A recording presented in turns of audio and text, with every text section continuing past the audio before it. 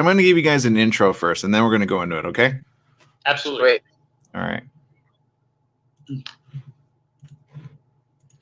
Hey, everyone. I'm Aaron Michael Sanchez. I'm doing a pre-recorded version of something that you guys can all participate in right now. We're going to be talking to some pretty cool people right here, right now. It is all about Dreamcatcher, which you can actually check out. You could probably go get the link right now and then get it set up so you can watch it tomorrow and start guessing who done it, who did it, who's going to do it more and more and more in Dreamcatcher 2, 3, 4, 5, and who knows how many they're going to go. Joining me right now are two extraordinarily awesome people. I'm going to go ahead and introduce this again, but for everybody that's tuning in, get your questions ready because we will share them live here on the show, even though this is the recorded. So this is a recorded version. We're going to edit this, and then you guys are going to see it elsewhere. So check it out. I've got with me the extraordinarily great team. Guys, what's it like over there? It's beautiful. It's like sunny and 75. I'm currently in my car blasting the AC, so I think everything's good. All right. All right, that's the way we're going to rock. We got Jacob Johnston, director, writer, and we've got Al Calderon as an actor there. Is it Al Calderon or Al Calderon? Like, what's the bet? Calderon is how I do it. That's with the regular American accent, but it's okay. I don't know. I don't. I'm rolling here. Calderon. Don't worry. Or Calderon. Yeah. Or Calderon. Or Calderon. Or Calderon. Yeah, Calderon. Yeah. All right. My name's Aaron, so I don't. I'm like, if you can't do the R, don't worry about it. Okay, here's how we're gonna roll, everybody. We're checking our audio, checking our talent here. So we're gonna broadcast this right here, right now. We're going to start it off. Many of you are used to this, so we're going to do it again. Big shout out to Angel tuning in. Jasmine is tuning in over there, making sure everybody's where they need to be. Morales clan tuning in as well. All right, so we're going to bring you guys back in just a minute. We're just going to go to a quick little, and then we'll do an intro, and then you guys will see it again on the morning show tomorrow. But this is how we're rolling it with it, okay? And then we're going to have around the corner, stay tuned, we're going to have another special guest star from this movie. Can you guys give a hint? She's really important in the film. Brunette. She's brunette, really talented. So stay tuned. We got more. Okay, so we're going to go to a quick break here. We're not going to a break. We're going to a semi-break. So here we go, okay?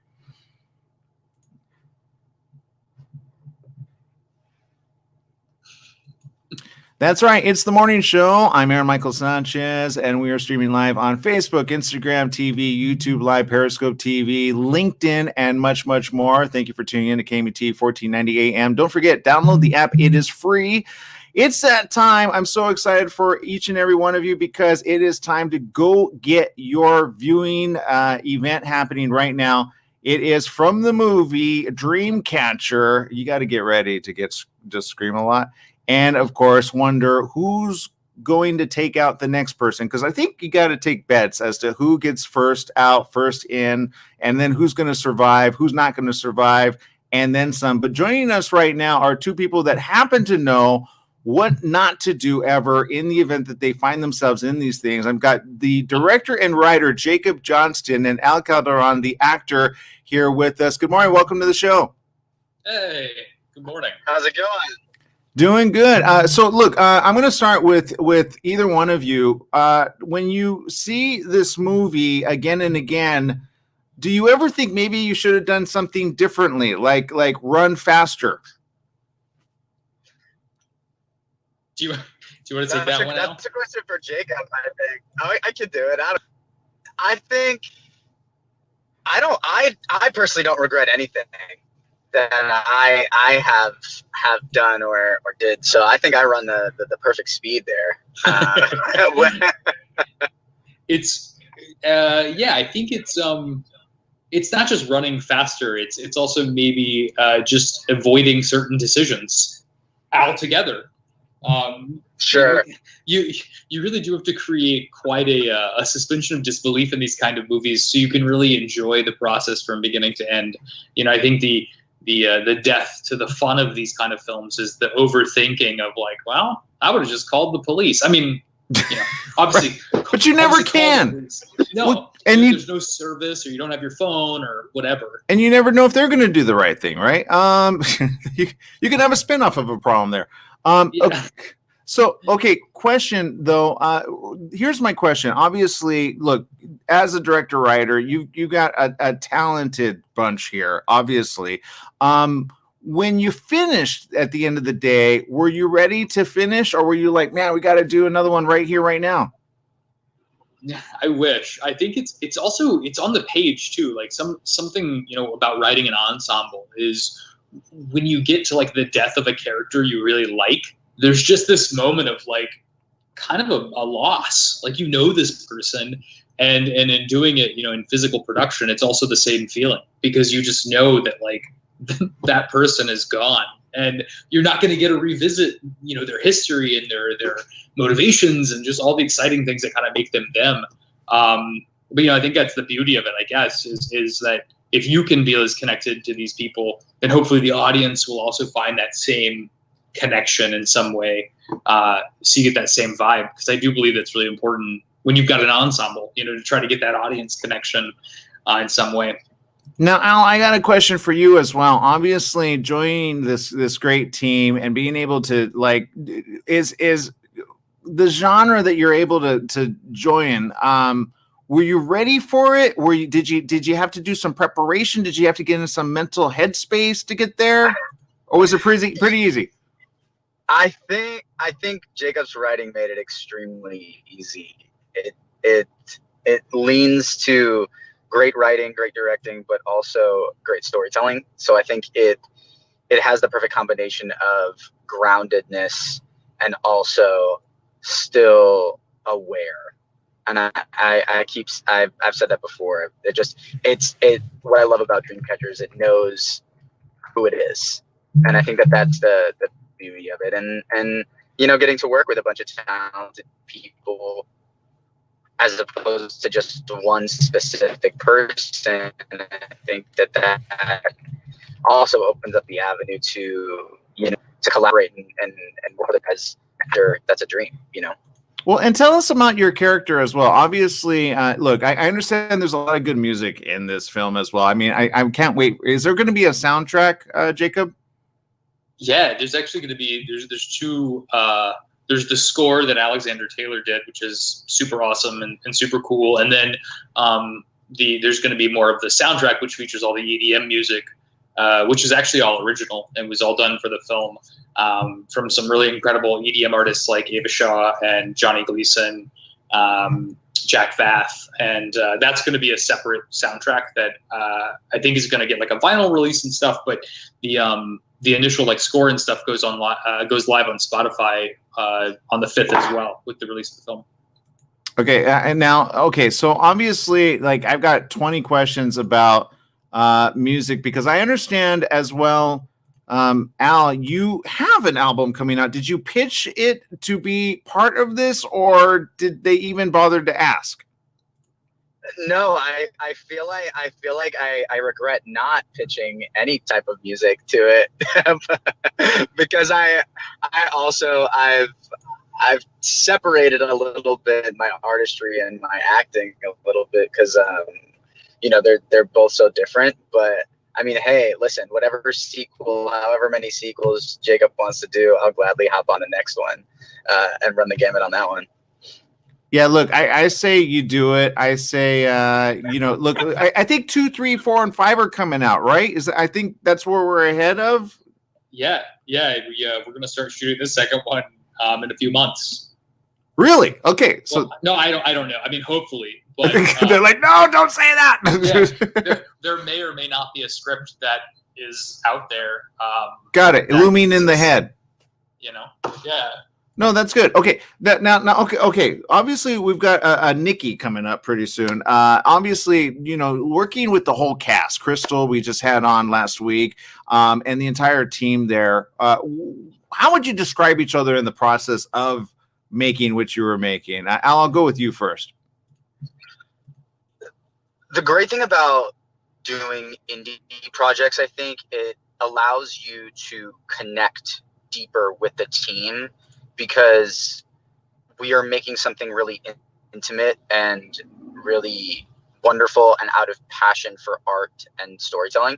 So I think that was one of my favorite parts of the whole experience, even down to the audition process. So I've made friends in Crystal and Jacob and Brandon and you know, obviously the rest of the cast as well. And it leans to who we are as artists and who we are as storytellers too. Yeah, that makes sense. And Jacob? Yeah, just to echo, I mean, what Al said, like there's a specific mindset in the indie world, and you know, it really does require you, you know, there can't be an ego, because one, you don't have any time for it, and secondarily, you really all have to band together and have this level of passion and conviction that every day you really believe in what you're doing. And I think Brandon and Crystal, you know, from the top down, fostered that environment of, you know, this ability to make mistakes and to try things and to be bold and to really just bond. You know, this film created a family kind of dynamic, because we were all just in it together. You know, we were doing a lot of night shoots, and that environment just made everything all the better from the top down. Do you tell anybody ahead of time? Do they read all the way through, or do you keep like an alternate ending ready to go just in case to surprise everybody? I always wonder about that with these films. Does everybody already know going in, or do they say, crap, I don't know who I'm going to eat next to, like, because I don't know if they're going to be the one? Does that make sense? You know, I wish that I had kept part of the script a secret. I know that they've done that on movies like, you know, Scream.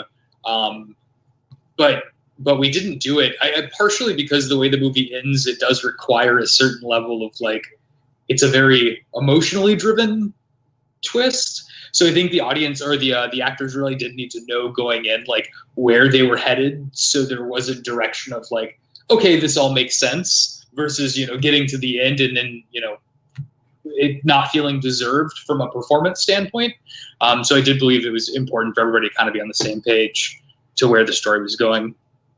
And Al, obviously, do you have any, like, films that you say, you know what, I'm ready for you to merge your writing style with this other genre? Because I have a feeling you have more in you, Jacob, but I think, Al, you kind of have like a creative spirit as well. Yeah, I just, again, I what drew me to Dreamcatcher was I loved the storytelling aspect of it. Like, yes, it is a niche film, it is your slasher movie, but it has that emotionality that I feel a lot of other slashers kind of don't quite lean into as much. So I mean, I'm always down for genre bending stuff, and I would work with Jacob in a heartbeat on anything else if you were to ask me to. Ooh, heard it here. You heard it here first, guys. Yeah, in a heartbeat. the exclusive with the garbage truck driving past me. Yep. No, that's good. That's important because, look, at the end of the day, the question always remains, what's next for either one of you? Because obviously this coming out, big premiere. I got to imagine, though, not having the red carpet experience has got to be a little like, because I'm sure you guys would have done it really big, right? Yeah, there was originally talk about doing kind of a small, like, music festival type situation. And then even with the pandemic, like maybe doing a drive-in and having like a DJ perform and doing the whole thing. And at the end of the day, we all kind of decided that there's bigger things happening in the world that were kind of more, important to focus on in terms of, perspective. And I think, there's, yes, premieres are exciting and amazing, but there's a little bit of a self-indulgence side of it. And I think to focus on trying to make the world better place is a little better than saying, hey, let's celebrate this movie and rub it in people's faces who aren't able to come together, who aren't able to be with people they love. And that was something, we didn't necessarily want to lean into and make a big deal out of, versus just being able to share the film with the world and letting people watch it however they're able to do it, and share that experience with them. Well, I can tell you right now, having Samuel Goldwyn behind you is a huge, huge feat, especially for this type of movie as well. Being an international phenomenon overnight, obviously, has got to feel good. I understand this is your first time, like your debut as a feature film, but I'm sure this isn't your first situation that you've ever been in, right? No. Yeah, it's my feature film debut, but I did the music video and short route for many years, and I worked in a studio, at Marvel Studios for about 7 years, and I ran development at a horror company for a couple years, and so it's just all translatable experience in terms of just being able to build upon storytelling techniques and working with really like-minded, incredibly talented people. Now, Crystal mentioned, did you also have the ability, like that mask is partially one with you? Like, do you own that mask right there? Is it like if I see it, like, is it there? I wish, because you brought your Marvel experience, right? Yeah, we hired. I worked with a guy, Josh Herman, who I used to work with at Marvel, who designed Groot for Guardians of the Galaxy, the film, and did a lot of the Iron Man suits. And this guy's just an incredible artist who really thinks outside the box. And when I brought him on board to help conceptualize the mask, he really brought that to life in so many ways. We were influenced by, obviously, Brian De Palma's Phantom of the Paradise. We were influenced by this very chic exaggeration of a human facade, and introducing elements of barn owls, which just kind of have a very haunting but beautiful kind of facade. And yeah, Josh, I give all credit to him, because he did the sketches, he did the 3D model that eventually led to the 3D print.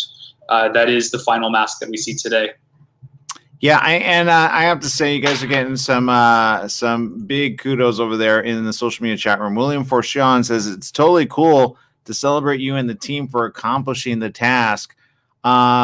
Look, at the end of the day, we all want to create some pretty cool stuff, but being able to see it on demand, I think, is kind of where the industry is going, whether people like it or not. I always tell people, get a VR headset and then go to places like Big Screen and then do a debut there, and you can charge tickets and then you can have some fun there with your friends and family. Have you thought about any type of, because there's some platforms that will allow you to do that. I mean, I know there's licensing rights, but if you charge, I mean, do you think you could do that? Because I want to watch it in what feels like a feature, like a theater. I think those are amazing thoughts. I'm sure that maybe people above me have had those conversations. I'm just kind of along for the ride, and I would love it if we were able to experience, because I do believe it's a movie, if you watch it safely with your friends or family, obviously be safe, but I think it is a movie that does lean into the air of wanting to be seen with a group of people. To be able to talk about it, to be able to experience it. I think that the more fun usually comes from those kind of films and those kind of setups. Well, technically, it's the best date movie you can do. So, I mean, I don't know if anybody's dating right now. I'm recently single, ready to date. My question is, though, I mean, right? Because that you probably make a lot of relationships happen based on the horror genre. You do know that, right? I hope so. Al knows. No, I just think I laugh because it's real. It's every premise of any show that I remember even watching as a kid or whatever is that was the place to take your date. Yeah. So that they had an excuse to jump into your lap or your arms. Yeah, it was that moment they would just latch on to you. There are drive-ins. I'm just saying, are we going to see this in a drive-in anytime, Jacob? Well, my screen is. I know. I was wondering, are you okay over there? Because I didn't know if something was attacking you, if there was a rat, or if there was a gerbil. What's going on? My battery started to die, and my computer. Of course, it's dying. It's the feature film. Everybody dies, right? I'm trying to jerry rigged the like thing, and then it like pulled. And because my battery was dying, it just was a mess. So I apologize. It's okay. Now you're like super close to my cantaloupe-sized head. I forgot the question. Look, it's in theaters pretty soon, but it's in your own personal home theater, right? Your home theater experience. You can get it on video on demand. This is everywhere, right? What are some of the platforms we can check it out? I know Vudu and some others. Vudu, Amazon, iTunes, Fandango. Those are the ones that I know off the top of my head. But I'm sure that if you've got digital or on-demand platforms, you could probably find it on there. And that's domestically. We have some international release dates that'll be announced hopefully in the next couple weeks as well. Okay, awesome. And Al, how do we find some of the great music you're doing? I see you like a lot of Nirvana over there. I'm a liar. I just liked the T-shirt. I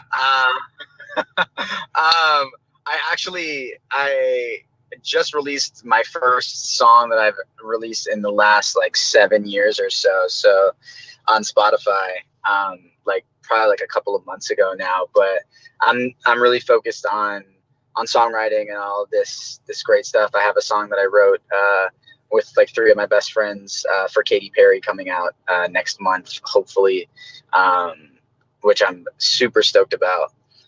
It's going to be massive. You should be. Wait. Can you just say that again with Katy Perry? Now, hold on, Jacob. Yes. Jacob, did you kind of miss the fact that maybe you should have had him, like, you know what I mean? Like before he got, up and coming, like, did you missed the golden opportunity. Can you add it on the soundtrack? We're going to throw there as the bonus track, music inspired by the film Dreamcatcher. Yes. It'll just be a series of singles from Al. Yes. There you go. That's how we rock it. All right. Look, keep doing your thing, Al. Keep the music alive. And all I can say is to the both of you, congratulations on this fantastic film. Obviously, I will tell you right now, Jesse cannot wait to see it with his girlfriend. I got to find one just to go watch it with and test the theory out, see if it actually works still. I'm pretty sure Al, I think right? It works. I think with this film, it just might. I think so. All right, you two. Thank you very much for spending time with us here on the morning show. Congratulations. Go get it right now. Dreamcatcher. It's the film. Go check it out. 2021. That's when it's debuted. Don't look at the old. Do you ever see where people go, wait, you mean Dreamcatcher? And then they look at the wrong IMDb at the old, what was it? The other 2003. Yeah, that's the one. I remember there's so much backlash. I remember when the trailer came out and people were like, wait, this isn't the reboot of the Stephen King movie from 2003? And we're really upset about it. And I was like, sorry. Like, I don't know what it's better. Thank you. Yeah. Go get it anyway. yeah, go check it out if you think it's the reboot. But I'm just waiting for the reviews to come in. It'll be like, I was really thinking it was going to be this like anthology Stephen King movie, and it is not that. If anything, Stephen King probably is like, thank you very much. It looks amazing. So there you go. They'll probably pick up sales over there as well. All right, you two. Thank you so very much for spending time with us here on the morning show. We'll see you again. See ya. Thank you. All right, everybody, stay tuned for more right after these messages. We got more Nikki coming up next here on the morning show. Stay tuned.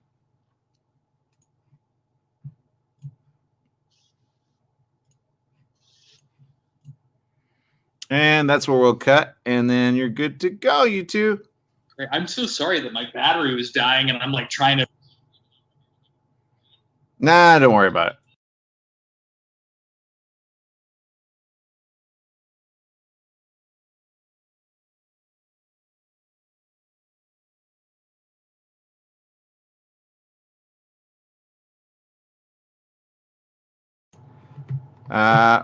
For the rest of you tuning in, I want to show you the actual sound here. Hopefully it'll work here of the video that we're talking about.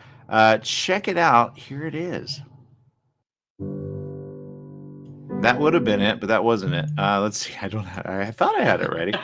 That was a different film. That one you should go check out as well. We had them on.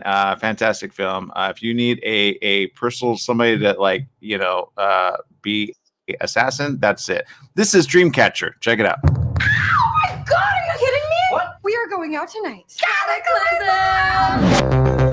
This place is like an adult Disneyland. Shots? Aren't you supposed to be DJ Dreamcatcher? Are you worried about getting mobbed out here? Why do you think I always wear a mask?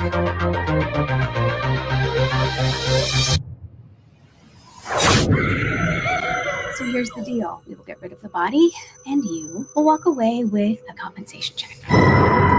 We will take them down. Well, we can't go in there guns blazing. We are better than that. We've got to be strong. I don't want to be strong. I want to be angry.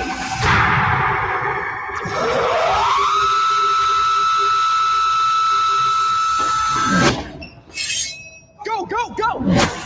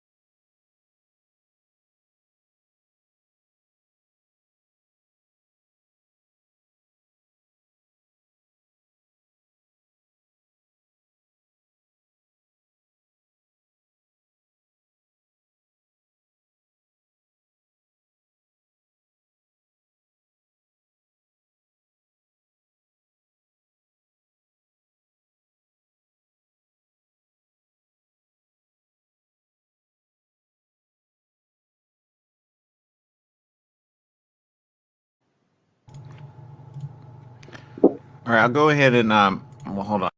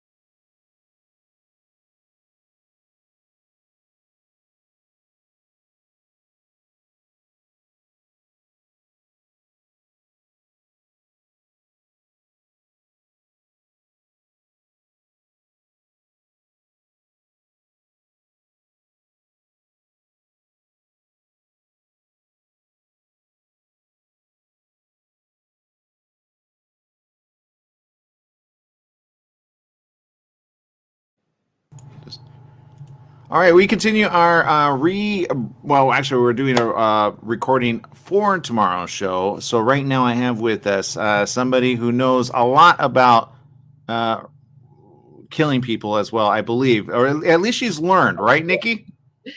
Yeah, I'm method. What can I say? She gets into her character, right? Okay, so Nikki's going to be joining us right here. We're going to reintroduce the film again. Dreamcatcher's where it's at. You can check it out. Again, we're doing the preview recording for tomorrow, but you can, how is it like coming out at midnight, or how does that work, Nikki?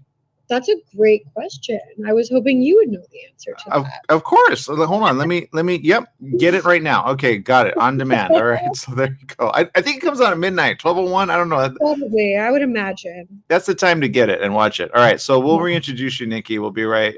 We'll go to a little break here and then we'll reintroduce you. Okay. Okay.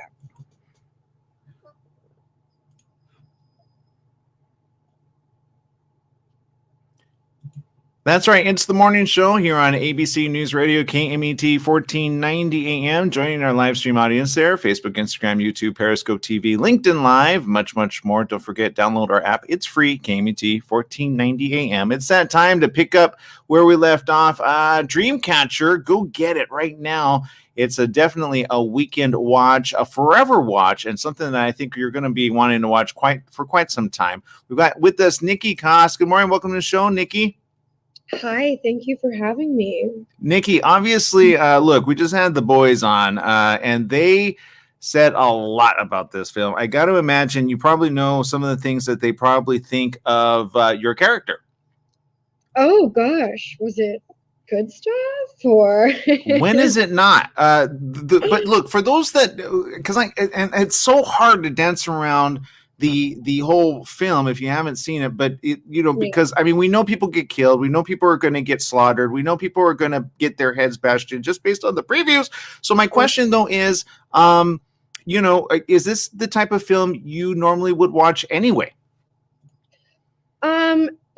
It's funny, I've been asked that a lot throughout the press for this film, and the answer is yes and no. Yes, because it's sexy and it has, a young ensemble cast and it has great music and it's kind of a psychological thriller in a way, which I love.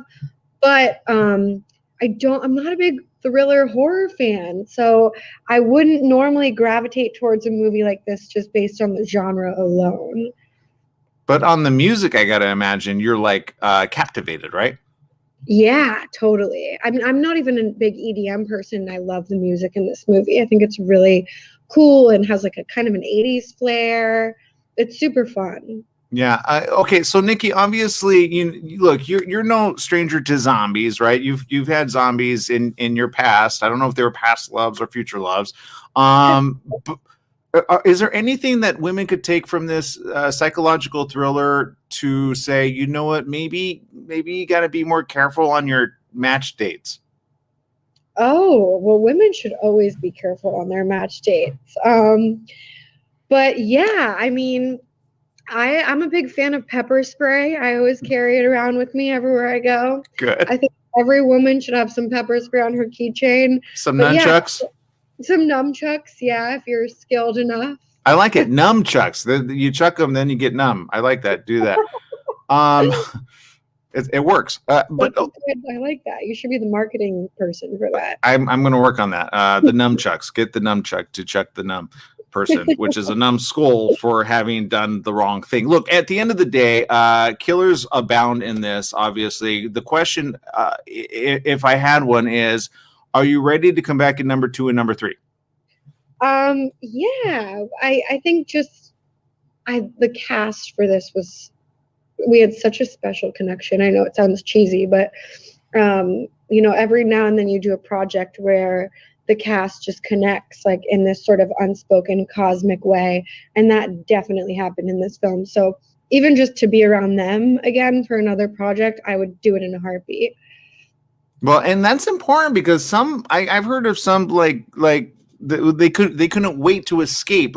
This being obviously distributed by Samuel Goldwyn, the question of the day is being distributed like this. You're used to premieres and red carpet features. Are you going to like have a Twitter party, or how are you going to celebrate the coming out? That's actually a really good idea. I didn't even think about that. Maybe I should do that. I think you should. Will you come to my Twitter party? I will be a retweeter on your Twitter. Okay, well then I'm sold. I'm gonna do a little like screening with my family tomorrow night and eat a whole lot of steak and popcorn. Oh God! All right, just mentioned the filet mignon. I'm ready to like get some pepper on that. Yeah. All right, that's a good way to celebrate. Okay, but let's talk more about your character. Obviously, you without releasing too much info. Obviously, what was it like preparing for this particular role? I know you get asked that a lot, but do you like prepare in dark places while you read the script? How do you do that? Because I would be freaked out. Like my closet and I close the door. Yeah, don't come in. Okay, so I read the script and I had a ton of questions after reading it, and mostly questions about Pierce because she's such a mysterious woman. And I wrote them all down, and then I sat with the director, Jacob, and we had this lengthy dinner.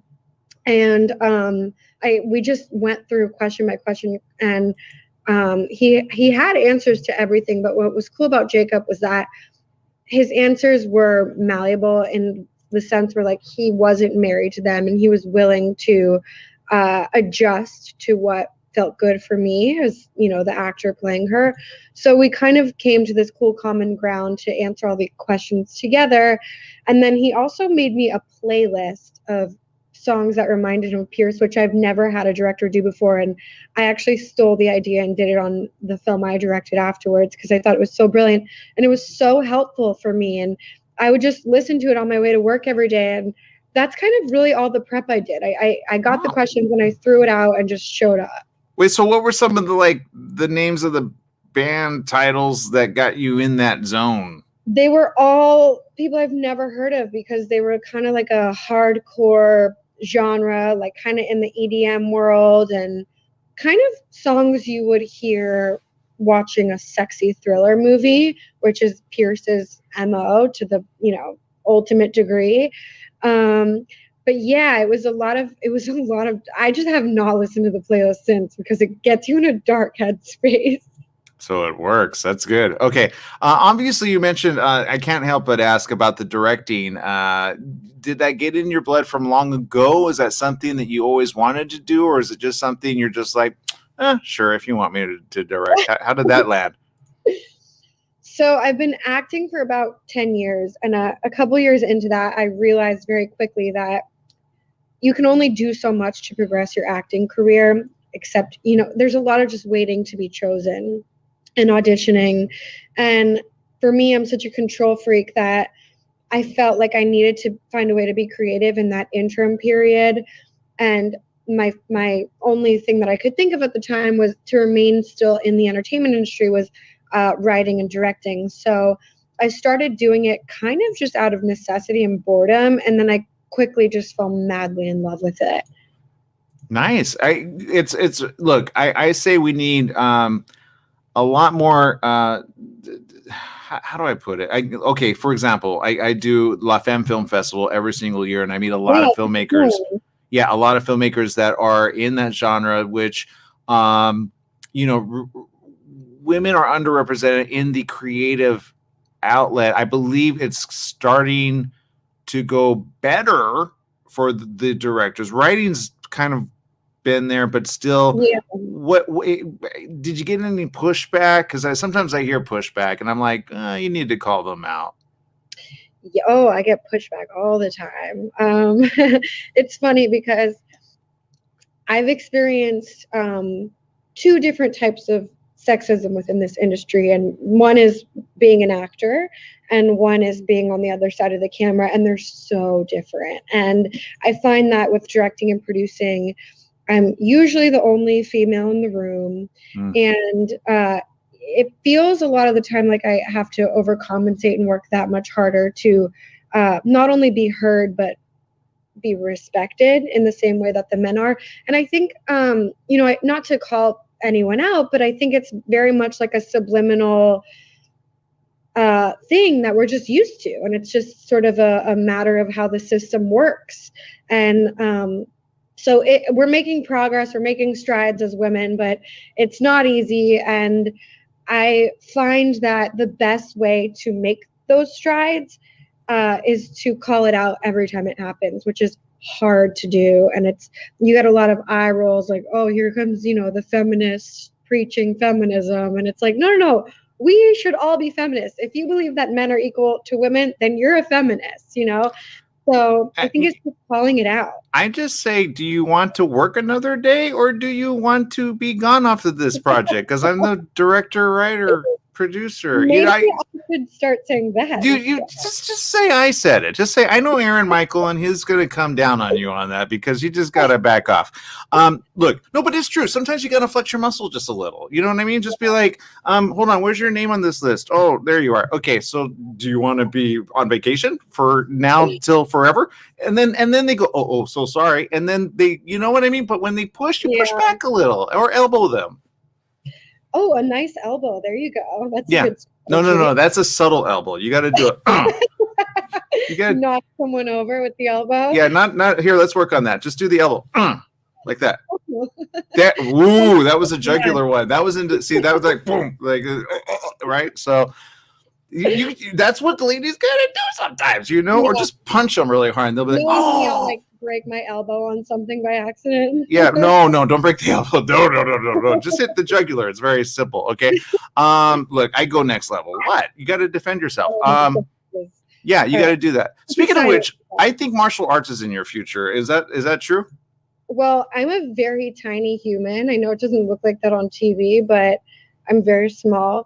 So I've always wanted to take some sort of like self-defense class. It's on my bucket list. So yes, Aaron, it's in my future. I just need to get around to it. You're gonna do it soon, I guarantee it. You got to do the are you a gymnast by chance? Like, I am pretty much the opposite of a gymnast. I can't even touch my toes. That's even better, because then when you hit, you just roll with the punch. You get it?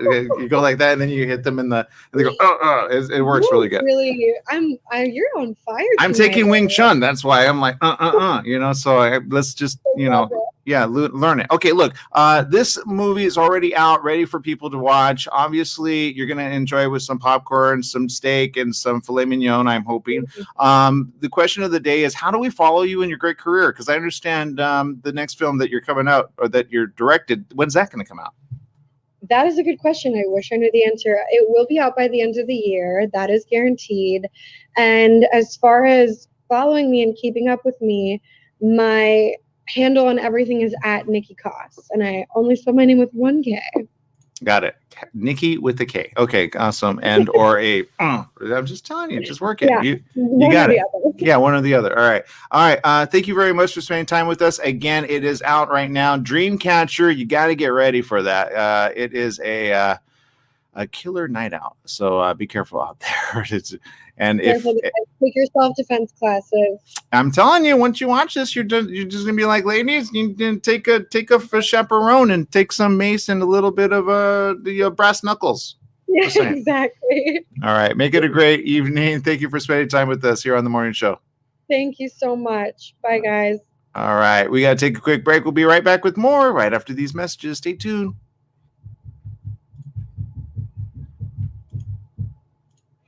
Do we do it? Are we good? We are. We're.